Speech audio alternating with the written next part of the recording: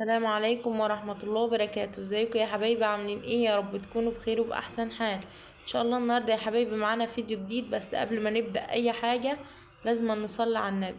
اللهم صل وسلم وبارك على سيدنا محمد.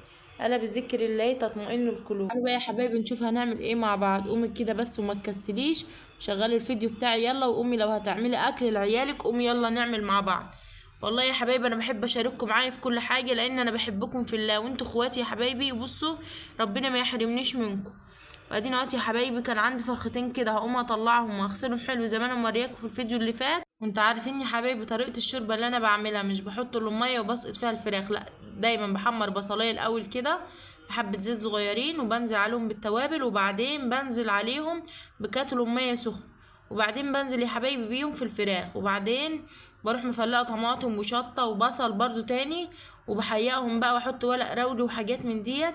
وبعدين اهو شايفين شكل الشوربه يا حبايبي معاكم عامله ازاي. ودلوقتي بقى هجيب حله واحط فيها حبه زيت، وهنزل بالشعريه هقلبها تقليبتين كده لحد ما تحمر، وهتنين اقلب فيها لحد ما تاخد اللون الذهبي، علشان يا حبايبي انا ما بحبش احرق الشعريه.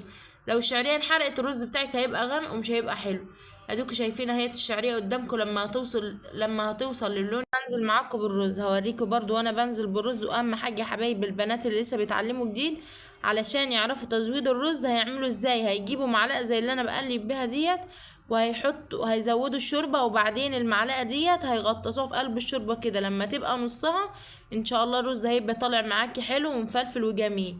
والله يا حبايبي بصوا انا بصور لكم معايا كل حاجه، لان انا بحب اشارككم. ولو وصلتوا معايا لحد هنا ما تنسوش اللايك والاشتراك علشان يوصلوك كل الفيديوهات بتاعتي الجديده. شايفين يا حبايبي بعد ما زودت الرز شكله ما شاء الله، هو لسه مغليش هيغلي كده. والله العظيم يا حبايبي مش عايزه اقول لكم هو كان جميل ازاي ومفلفل وزي العسل. والله يا حبايبي يستاهل بقكم. لو وصلتوا معايا لحد هنا ما تنسوش اللايك والاشتراك علشان يوصلوك كل الفيديوهات الجديده. واديني يا حبايبي بقى هغطي معاكم الرز، هجيب حله تانية وهحط فيها حبه زيت، وهنعمل مع بعض الملوخيه ديت حته سمنه على حبه زيت. وجبت معلقه هريسه توم وقرن فلفل كده حار وفلفل بارد، وهنزل بيهم كده تشويحتين لما احمرهم مع بعض. وهجيب الشوربه وانزل على التوم ده بالشوربه. ازاي يا محن انت بتعملوا الملوخيه كده؟ مش قادره اوصف لكم يا حبايبي هي بتبقى حلوه ازاي. ادينا اهوت نزلنا بالشوربه، بس مش هنزل بالملوخيه يا حبايبي دلوقتي، لما الشوربه دي تغلي معانا وبعدين هنزل بالملوخيه. وادي شكل الرز دوت يا حبايبي بعد ما طاب ما شاء الله لا قوه الا بالله. شايفين الحله زادت الرز زاد فيها ازاي، وما شاء الله بصوا مفلفل وجميل وزي العسل. اديت يا حبايبي الشوربه غليت، هنزل بقى بالملوخيه اهو. شايفين الملوخيه هيت لسه يا دوب ما غليتش، بس الملوخيه يا حبايبي بتغيب بتقلبيها كده علشان ما تغليش. لو غليت هترقد معاك، انت بتقلبي هي بتغلي بس انت بصي بتقلبي على طول، علشان خاطر الملوخيه ما ترقدش منك ومش هيبقى شكلها حلو، مش هتبقى خضرة وجميلة كده. شايفين يا حبايبي شكل الملوخية عامل ازاي؟ تعالوا بقى يلا نحمر مع بعض الفراخ هنحمر بقى يا حبايبي مع بعض الفراخ، واوريكم الاكل كله بعد ما خلص. ما شاء الله لا قوه الا بالله. والله يا حبايبي يستاهل بقكم. تعالوا بقى مع بعض نشوف كده الاكل الجميل ده اللي ام حنين عملته في ربع ساعه. ازاي ام حنين عملت ده كله؟ ما شاء الله لا قوه الا بالله في ربع ساعه.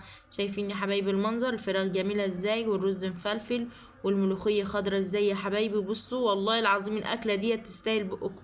ولو وصلتوا معايا لحد هنا ما تنسوش اللايك والاشتراك علشان يوصلوك كل الفيديوهات بتاعتي الجديده.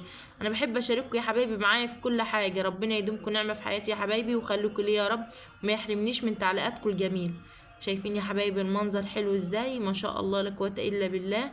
والله يا حبايبي بصوا مش قادره اوصف لكم الاكل ده كان طعمه جميل ازاي. انا غيرت بقى معاكم طريقه الفراخ، كنت كل مره بعملها بصلصه كده واحطها في الفرن، المره ده حمرتها كده بندعه زيت صغيرين. ودايما يا حبيبتي تحطي شويه ملح في الزيت كده، الفراخ هتبقى حنطه معاكي والزيت مش هيطربش في وشك لا تعوري ولا كده. بصوا منظر ما شاء الله لا قوه الا بالله. السلام عليكم ورحمه